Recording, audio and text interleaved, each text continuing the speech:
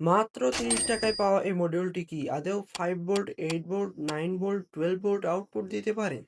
আপনারা দেখতে পাচ্ছেন এটা আমার বৃদ্ধ আঙ্গুলের ১ করের সমান, তার থেকে একটু ছোট বলতে গেলে চলে।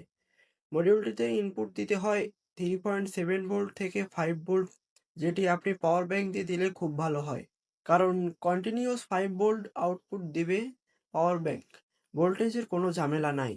এবার কাজের কথায় আসা যাক, মডিউলটির মেইন আইসি হিসেবে ব্যবহার করা হয়েছে B6285X আইসিটির নির্দিষ্ট কোনো ডিটেলস আমি পেলাম না। এই সাইডে ইনপুট ভোল্টেজ আর এই সাইডে আউটপুট ভোল্টেজ। এখন দেখার বিষয় ভোল্টেজ কিভাবে সুইচ করতে হয়। খুবই সহজ, মডিউলটি ঘোরালে পিছনে দেখতে পাবেন কিভাবে ভোল্টেজ বুস্ট করতে হয় বা অ্যাডজাস্ট করতে হয়।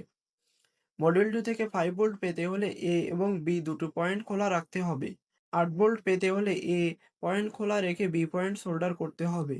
9 ভোল্ট পেতে হলে এ পয়েন্ট সোল্ডার করে বি পয়েন্ট খোলা রাখতে হবে এবং 12 ভোল্ট পেতে হলে আপনাকে এ এবং বি উভয় বিন্দুই সোল্ডার করতে হবে। 5 ভোল্টে সর্বোচ্চ 1 এম্পিয়ার থেকে 1.2 এম্পিয়ার পর্যন্ত, 8 ভোল্ট ও 9 ভোল্টে সর্বোচ্চ 0.5 এম্পিয়ার থেকে 1 এম্পিয়ার, 12 ভোল্টে সর্বোচ্চ 0.5 এম্পিয়ার পর্যন্ত। এটি দিয়ে আপনি রাউটার চালাতে পারবেন, তবে দেখতে হবে আপনার রাউটার কত এম্পিয়ার কারেন্ট টানে। উদাহরণস্বরূপ আপনার রাউটার যদি 12 ভোল্টের হয় এবং কারেন্ট টানে 1 এম্পিয়ার, কিন্তু এই মডিউলটি দিতে পারে 0.5 এম্পিয়ার, তাহলে আপনার রাউটারের জন্য এটি রিকমেন্ডেড নয়।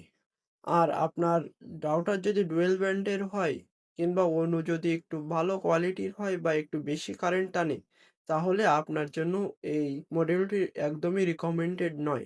এটা দিয়ে আপনি বিএলডিসি 12 ভোল্টের ফ্যান চালাতে পারবেন কোনো দ্বিধাদ্বন্দ্ব ছাড়াই। তো ভিডিওটা আজ এ পর্যন্তই।